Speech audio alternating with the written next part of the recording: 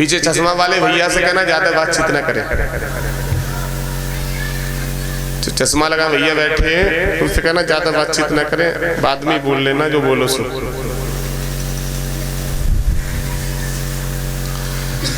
इसलिए आप सबसे कहना है कि आप थोड़ा थोड़ा जरूर विचारों को बदलना, और विचार वो रखिए जैसे बगल वाले कोई बात कर रहे हैं तो उनकी तरफ ध्यान ना दे कि कबरा तेरी झोपड़ी गलकट्टों के पास, जो करेगा सो भरेगा, मैं क्यों रहूं उदास, जो करेगा सो खुद भरेगा, मैं क्यों रहूं उदास, मेरा क्या मतलब है, मैं क्यों उनकी बातों में फंस जाऊं। इनकी बातों के चक्कर में तो मैंने सब कुछ नष्ट कर दिया और इन्हीं के चक्कर में फंसे रहे। इनके चक्कर में मैंने वेदों का ज्ञान नहीं लिया, घर पे रामचरितमानस रखी रही, मैंने एक चौपाई नहीं पढ़ी, मैंने आज दिन तक भागवत का श्लोक नहीं पढ़ा, गीता के श्लोक नहीं पढ़ा। गीता के दूसरे अध्याय के 47वें श्लोक में भगवान ने अर्जुन को उपदेश दिया कि कर्मण्यवाद का रास्ते मां फलेषु कदाचन। जिस समय महाभारत का युद्ध अंतिम समय पे था, अर्जुन ने भीष्म पितामह के शरीर में बाण ही बाण चबा दिए, बाणों की सैया पे लिटा दिया। तो भगवान कृष्ण आए और उन्होंने कहा, पितामह तुम्हारी कैसे हालत हो गई, तुम तो एक धर्म राष्ट्र कहलाते हो, धर्म के पिता कहलाते हो, ब्रह्मचारी हो, तुम्हारी ये दशा कैसे हो गई। भीष्म पितामह ने कहा, कृष्ण हमने कोई भी पाप नहीं किया। अब वो लोग बड़े ध्यान से सुन ले जो सत्संग में गलत विचार लाते हैं, बड़े ध्यान से सुन। उन्होंने कहा हमने कोई भी पाप नहीं किया कृष्ण। उन्होंने कहा इस जन्म में नहीं तो हो सकता अगले जन्म में किया हो। भीष्म पितामह ने कहा, हे कृष्ण तुम एक जन्म की बात करते हो, हमने 70 जन्म की याद है कि हमने 70 जन्म में कोई पाप नहीं किया। भगवान कृष्ण ने कहा तुम थोड़े से और आगे बढ़ के देखो। जब 71-72 में जन्म पे पहुंच गए तो उनकी दृष्टि देखना बंद कर गई। तो भगवान कृष्ण ने उनको दिव्य दृष्टि दे दी और कहा इससे देखो। महाभारत में 2 लोगों को दिव्य दृष्टि दी, एक संजय को और एक इधर भीष्म पितामह को। कहा इससे देखो। भीष्म पितामह देखते चले जा रहे हैं, 100 जन्म तक पहुंच गए, कोई भी पाप नहीं निकला। और जैसे ही 101 जन्म में प्रवेश किया, जब 101 जन्म में प्रवेश किया तो क्या देखा कि भीष्म पितामह जवान अवस्था में रथ पर सवार होके अपने राज्य से दूसरे राज्य के लिए प्रस्थान कर रहे थे। और जिस मार्ग से निकल के जा रहे थे, जिस रास्ता से होके जा रहे थे, उस रथ के सामने से दुमई निकल गई। दुमई जानते हैं, जो घर में निकल आती कुचलेड़ बोलते, सांप की तरह दोनों तरफ मुंह होता है। तो वो दुमई निकली, क्रोध आया कि इसने हमारे रथ को सामने से काट दिया, रथ की रास्ता काट गई। तुरंत नीचे उतर के आए, तरकस से बाण खींचा, दुमई को उठाया, पूर्व दिशा में फेंक दिया। जिधर पूर्व दिशा में फेंका वो दुमई जाके और बेरिया के कांटों पे जाके गिर गई। और बेर का कांटा आपने देखा हुआ टेढ़ा होता है। वो दुमई जब जाके गिरी तो कांटे उसके शरीर में फंस गए। अब इधर बढ़ती है तो ये कांटा फाड़ता है, इधर बढ़ती तो ये कांटा फाड़ता है। वो दुमई कहीं हिलने के काबिल नहीं रही, कहीं जाने के काबिल नहीं रही। जब पूर्ण रूप से फंस गई और भीष्म पितामह पुनः से सवार हुए रथ पर, आगे को रथ ढक दिया, उस दुमई ने श्राप दे दिया कि आज जिस तरह हमारी कांटों पर मृत्यु हो रही है, हमारे शरीर में कांटे ही कांटे चुभे हुए हैं। 101 जन्म के बाद जब हस्तिनापुर में महाभारत का युद्ध होगा तो तुम्हारे भी शरीर में कांटे ही कांटे चुभे होंगे, इस पर तुम्हारी मृत्यु होगी, इससे कोई मानने वाला नहीं होगा। ये निश्चित बात है। श्राप दे दिया तुम्हें। भीष्म पितामह ने अपने जीवन में क्या से क्या नहीं किया, लेकिन वो दुमई का दिया हुआ श्राप मिथ्या नहीं हुआ। इसलिए मैं सबसे कहता हूँ कि हमें कोई भी कर्म ऐसा नहीं कर देना चाहिए। लोग सोचते हैं कि हमारा तो जीवन पूरा अच्छा कट गया, इस जन्म में नहीं। तब भगवान ने वहां कहा है कि कर्मण्यवाद का रास्ते मां फलेषु। आप जाके उठा के पढ़ लेना, गीता के दूसरे अध्याय का 47वां श्लोक है ये। कर्मण्यवाद का रास्ते मां फलेषु कदाचना का कर्म करने के अधिकारी और फल के अधिकारी नहीं है। हम रात को जाते हैं, किसी की खेती से चोरी कर लाते हैं, अपने घर की पूर्ति करने के लिए उसका भुगतान हमें देना पड़ेगा, एक एक चुकाना पड़ेगा। ये मन का धन इकट्ठा कर लिया। एक बार जिला लखीमपुर खीरी में मालिक हमारे सत्संग दे रहे थे। ये बाणी जो आ रही है बड़े ध्यान से सुनना, और ये अंतिम बाणी है सत्संग की। एक गांव में एक संत भगवान पहुंच गए और गांव की चौपाल पे जाके बैठ गए। गांव वालों ने पूछा आप कौन है? संत भगवान ने कहा हिसाब करता है, हिसाब करने आए हैं। किसका हिसाब करने आए हैं? का इस समय अभी जो गेहूं और ये जौ की फसल खड़ी दिखाई दे रही है, अभी हम लिख के दे जाएंगे कि किसके खेत में कितना अनाज होगा, उतना ही होगा जितना हम लिख के दे जाएंगे। तो गांव वाले सभी भाग भाग के आने लगे, हमारे में बता दो बाबा जी कितना होगा, हमारे में बता दो कितना होगा। बाबा जी ने एक रजिस्टर बनाया, पूछने लगे कितना खेत है? का किसी ने कहा 40 बीघा तक, तुम्हारे में 100 मन होगा। किसी ने कहा 200 बीघा का, तुम्हारे में 600 मन होगा। किसी ने कहा हमारा 10 बीघा है का, तुम्हारे में 30 मन होगा। किसी ने कहा हमारा 50 बीघा है का, तुम्हारे में 250 मन होगा। जितना जिसके भाग्य में था सबका लिख दिया। उसी बीच में एक चोर आ गया। वो चोर कहने लगा हमारे में बाबा जी बताओ कितना होगा? क्या कितना खेत है? का 10 बीघा का 15 मन होगा। बाबा जी ने रजिस्टर बनाया और गांव के मुखिया को दे दिया और कहा हम बैसाख में आएंगे, अपना अपना अनाज काट लेना और काट के खेती से खलियान में डालना, भूसा को अलग कर देना, अनाज को अलग कर लेना, तराजू से तौल लेना। अगर किसी के में कम हो तो हम पूरा कर देंगे आके, और ज्यादा हो तो हमारा हमें वापस कर देना। बाबा जी रजिस्टर बना के दे के चले गए। चैत और बैसाख का जब महीना आया, सभी ने अपना अपना फसल काटना शुरू किया और फसल काटने के बाद जैसे भूसा और अनाज को अलग अलग किया, तराजू से तौला तो जितना जितना बताया था स्वामी जी ने उतना ही उतना हुआ। इधर चोर ने सोचा कि अरे बाबा जी तो सब झूठ बोलते हैं। एक कवि यहाँ ये भी कह रहा है कि संत वचन पत्थर के लीका, मोर वचन चाहे पड़ जाए फीका। और वो चोर क्या कह रहा है कि बाबा जी झूठ बोल गए, कहीं ऐसा नहीं होता होगा। तो उस चोर ने क्या सोचा कि 10 बीघा में 15 मन तो बाबा जी बता ही गई, ये तो पक्का हो गया हमारा, और 10 बीघा का हम इधर उधर से चोरी कर ले रातों रात, तो 20 बीघा का अनाज हो जाएगा, तो 30 मन गेहूं हमें मिल जाएगा। वो चोर रात में उठता है, 4 गट्ठर इस खेत में से उठाए, 4 गट्ठर उसमें से, 4 गट्ठर उसमें से, 4 उसमें से, डेली रात को जाता है। इधर उधर से गट्ठर उठा उठा के उसने 10 बीघा का जितना अपना ढेर था उतना ही ढेर बगल में और लगा लिया। और जब भूसा और अनाज को अलग अलग किया और तराजू से तौला तो 15 मन ही निकला। उसने कहा बाबा जी बिल्कुल झूठ बोल गए, बाबा जी तो कह रहे थे तुम्हारे खेत में 15 मन हो जाएगा और हमने 10 बीघा का इधर उधर से चोरी कर लिया, वो कहां चला गया। जैसे ही संत भगवान आए उसी चौपाल पे आके बैठ गए, तो गांव वाले भाग भाग के आए, बाबा जी उतना ही हुआ जितना आपने बताया था। कोई खीर बना के लाया, कोई पूरी बना के लाया स्वामी जी के लिए। स्वामी जी ने कहा ये नहीं खाना है मुझे किसी का, मैं सिर्फ इसलिए आया हूँ कि किसी का कम ज्यादा हो तो मुझे बता दो, हम पूर्ति कर दें, और ज्यादा हुआ तो हमारा हमें वापस कर दो। किसी ने कहा नहीं ज्यादा नहीं हुआ स्वामी जी, ना कम हुआ। तब तक वो चोर आ गया। वो चोर कहने लगा हमारे में कम हुआ है। स्वामी जी ने कहा कितना कम हुआ है? गांव के मुखिया से कहा रजिस्टर लेके आओ। रजिस्टर मंगवाया तो उसमें रजिस्टर में लिखा था 10 बीघा में 15 मन। पूछा कितना हुआ तुम्हारे में? 15 मन। तो कम कैसे हो गया? 15 मन तो लिखा ही है। वो चोर कहने लगा देखो ये हमारे सब हाथ फट गए, इनमें खून निकल रहा है, ये पैर फट गए हमारे सब। का ये कैसे फट गए? का हम रात के 10 बजे से लेके और 12 बजे तक 4 गट्ठर उस खेत में से उठाया करते थे, 4 गट्ठर उसमें से, 4 उसमें से।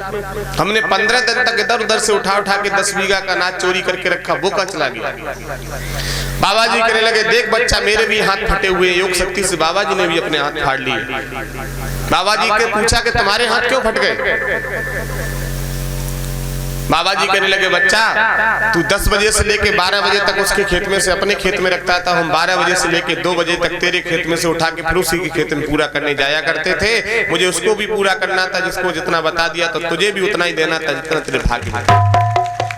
मुझे वहां भी पूर्ति करनी थी और तुझे भी उतना ही देना था जितना तेरी किस्मत में था। मैं भी 2 घंटे इधर से उठा के उधर ले जाया करता था।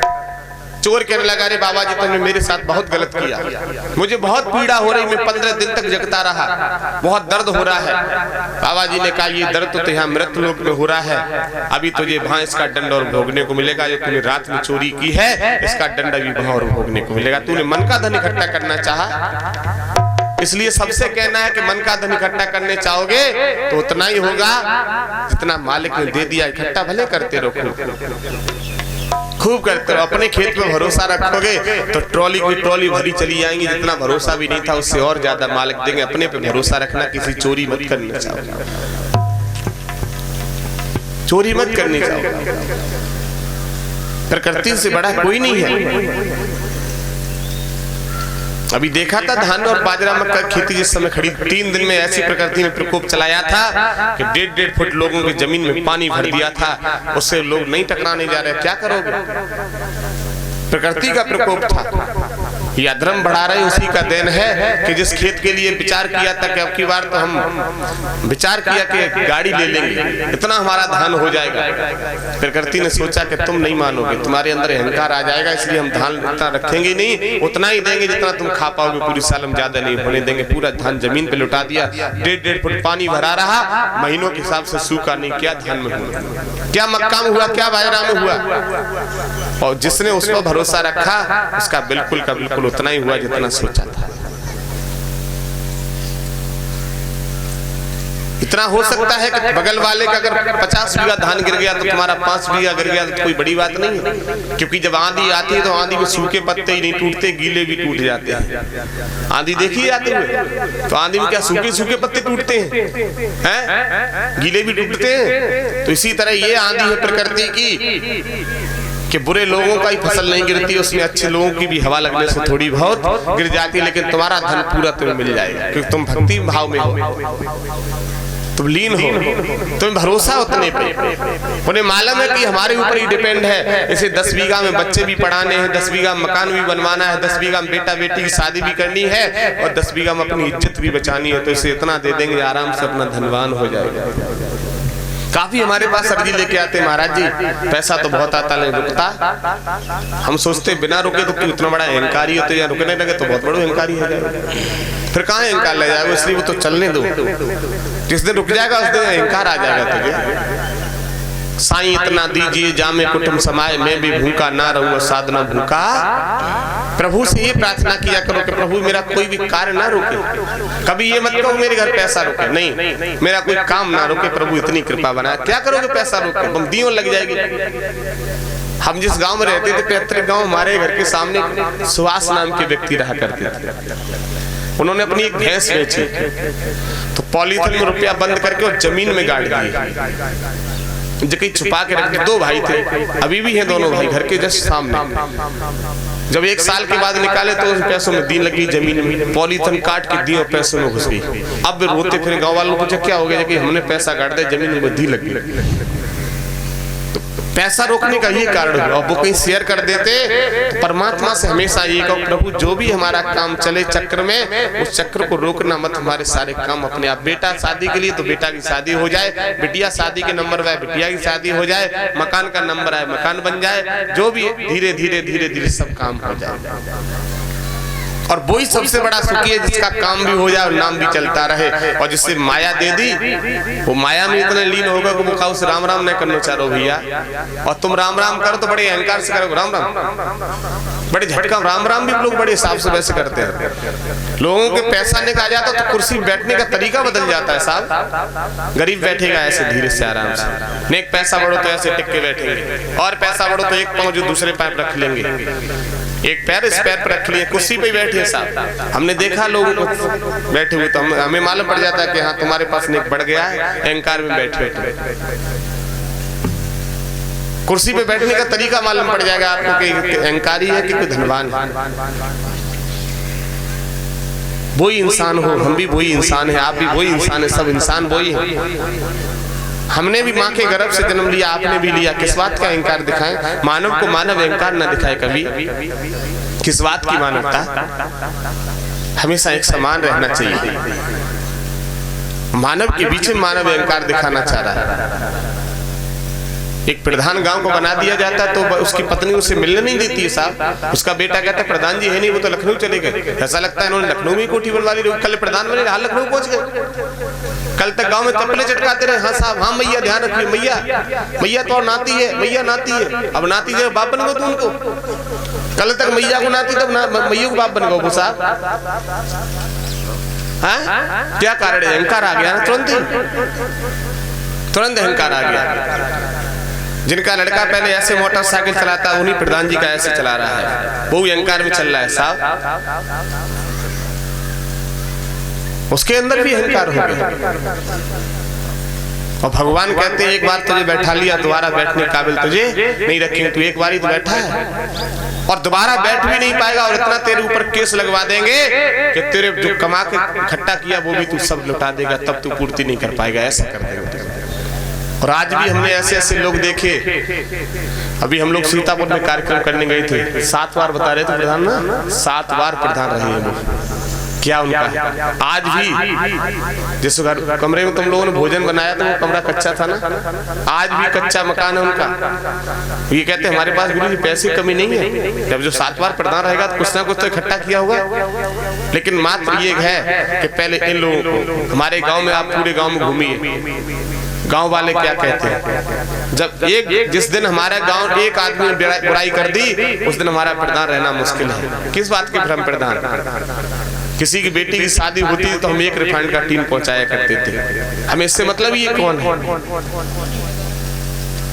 7 बार जो एक बार मतलब लगातार प्रधान रहे तो बहुत कुछ अच्छे कर्म किए होंगे भैया, तब जनता उन्हें चुन रही है। कह रहे पूरे गांव में जो जिसकी एक बार बुराई कर दे वो किस बात का प्रधान? तो ये कुछ सीखनी चाहिए सीख। ये सब संतों महात्माओं से जुड़ने के बाद। किसी कवि ने कहा है कि संतन के संग लाग रे तेरी अच्छी बनेगी, और होए तेरे बड़े भाग्य रे तेरी अच्छी बनेगी। सुतवित नारी 3 आशाएं, त्याग सके तो त्याग रे तेरी अच्छी बनेगी। संतन के संग लाग रे तेरी अच्छी बनेगी। कहते कबीर राम सुमिरन कर, अब जाप सके तो जाप रे तेरी अच्छी बनेगी। संतन के संग लाग रे तेरी अच्छी बनेगी। संतों की थोड़ी शरण ले लेनी चाहिए।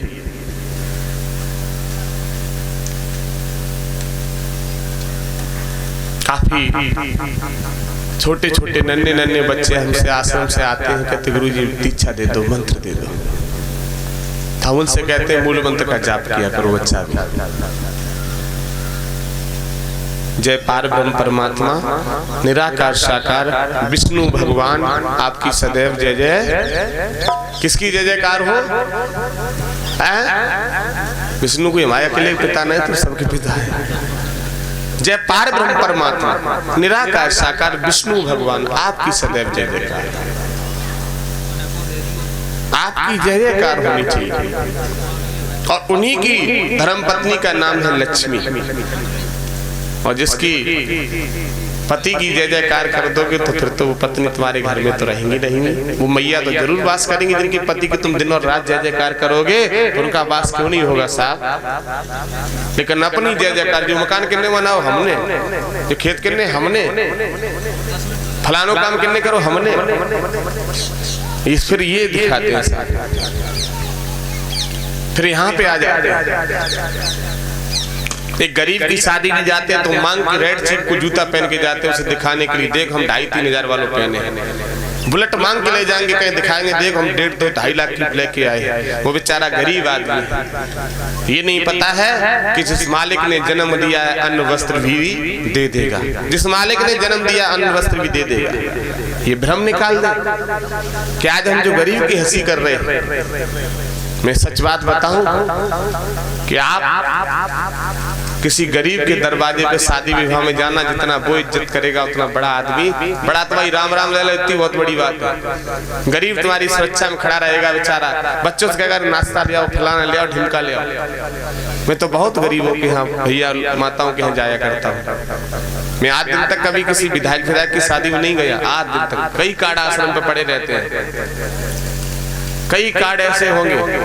वे पहले विधायक का चले गए थे जब हम आश्रम नहीं बनाया, तब तक हमें कोई जानते नहीं। अब सब विधायक सांसद कार्ड भेज, महाराज जी कार्ड दे। महाराज जी जाएंगे तो मंत्री चक्कर में पड़े होगे तो हमारी क्या इज्जत करोगे भैया? तुम अपने मंत्री वोटर चक्कर में पड़े होगे। हम हमारे सबसे बड़े विधायक ये हैं जो कम से कम दरवाजे पे जाएंगे तो कहेंगे हमारे गुरुजी आ गए, इनका आशीर्वाद हमें मिलेगा तो जीवन धन्य हो जाएगा। उन विधायकों से क्या मतलब है साहब? क्या करना उनके यहाँ? कोई मतलब नहीं।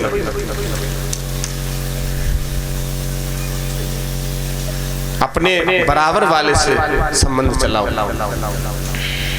बराबर वाले से संबंध चलाओ। तुमसे जो थोड़ा सा पूंजी में ज्यादा होगा उसमें तुम्हारा नाम नहीं रहेगा। आलू और टमाटर की सब्जी बनती है तो उसे क्या कहते हैं? किसकी सब्जी बनी है? आलू और हैं? मैं जो बाड़ी बोलने जा रहा हूँ बड़ा ध्यान समझ लेना। आलू टमाटर की सब्जी बनती तो क्या कहते हैं? आलू और टमाटर। और जब पनीर की सब्जी बनती है तो कभी ये कहते हैं कि पनीर और टमाटर। टमाटर गायब कर, जबकि उसमें भी टमाटर पड़ता नहीं पड़ता क्या? हैं? समझ गए महाराज सारा?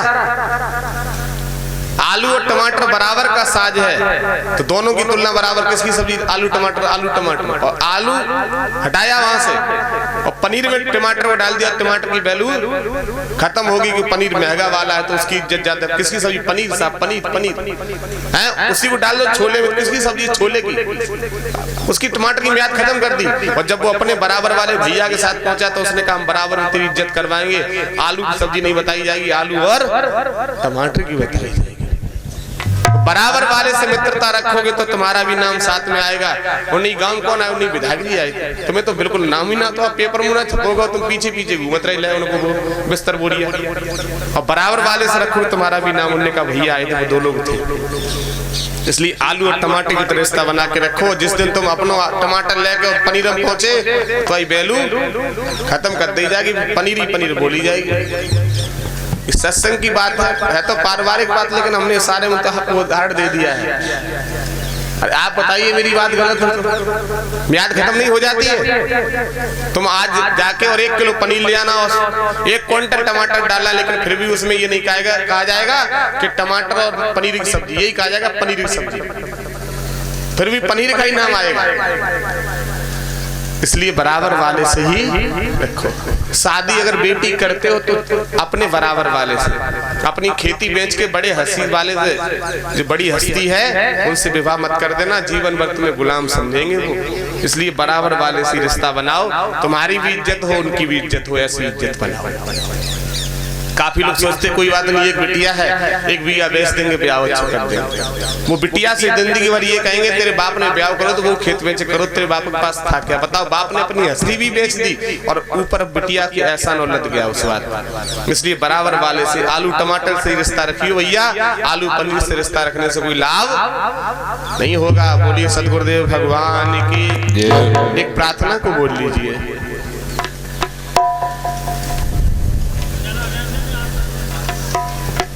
भाई सभी सत्संग